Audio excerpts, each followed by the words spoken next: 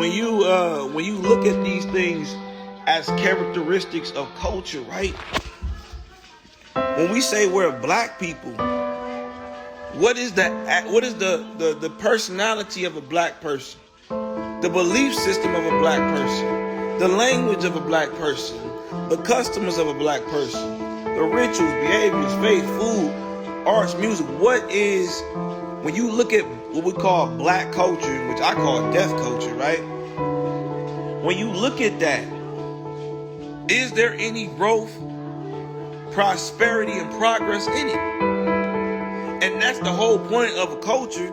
It is to help progress the community, to have an established pillars of beliefs, structure, and order, so that you're able to propel the generations to come to the future by way of certain morals, aspects, and perspectives of life. So when you're looking at the community, what we're calling black, I'm not talking about woke community, I'm talking about just the black community as a whole. What culture do we come from? Because here's the thing, a culture comes with a land. A culture comes with a ethnicity, a real ethnicity. A culture comes with a sovereignty, believe it or not. When you look at what that is, it comes with actual sovereignty, right? And believe it or not, deaf culture, black culture is nothing but a byproduct of another culture, which is not ours. So when you look at that, right, you'll start to see how important culture is and how culture helps you institute and cultivate the minds of the people that's going to help establish a brighter future. And when you really look at the community as a whole, the black community, we have no culture.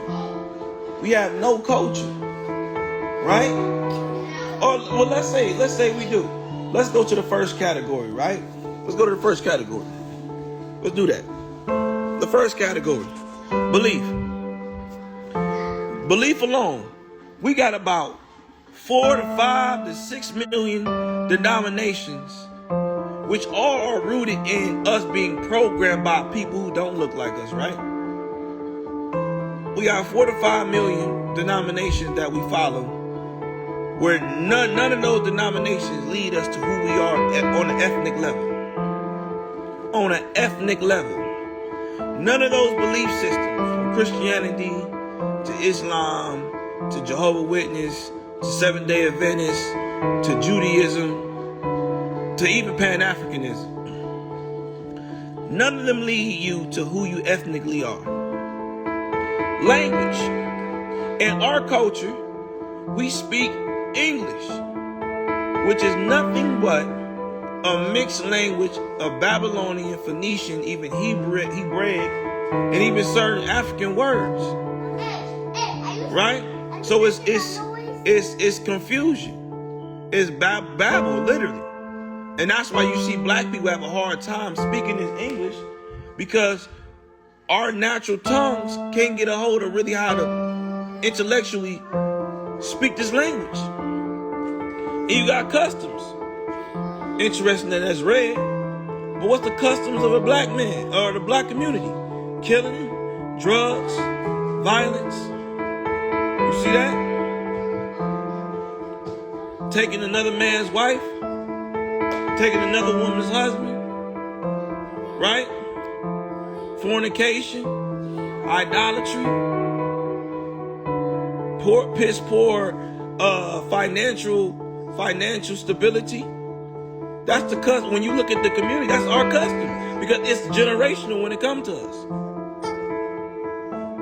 Then you got your ritualistic practices, how you pray, even down to how we pray. We haven't been taught how our ethnic group prays. And not to say that our praise can't be answered, because we usually come from a pure heart of really trying to seek the Most High. But even when you look at it from a Hebraic perspective, we don't pray correctly. If you really read the Bible like you said, you'll actually realize that the proper way you pray is to you get on both knees with your face towards the ground and your hands out. Our behavior reflects our culture, which is nothing but death, sadness, trauma, anxiety, all of the above, sickness. That's our behavior, is sickness. than our faith.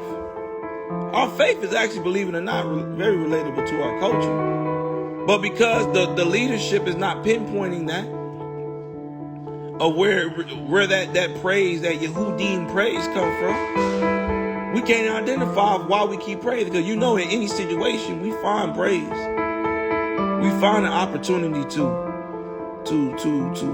sing them Negro hymns, right? Amazing grace, right? We find a way to do that. You got food.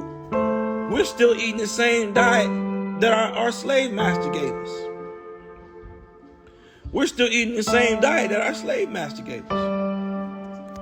And then you got arts, drama, and music, which most of our arts, drama, and music reflect our reality. Again, shooting, killing, robbing, stealing, violence, miseducation, can't trust those who look like you, a total identity crisis. So when you look at everything that comes with the center of culture, you'll realize how lost we are as a people. So the question is, who are you? Who are you? Who are you?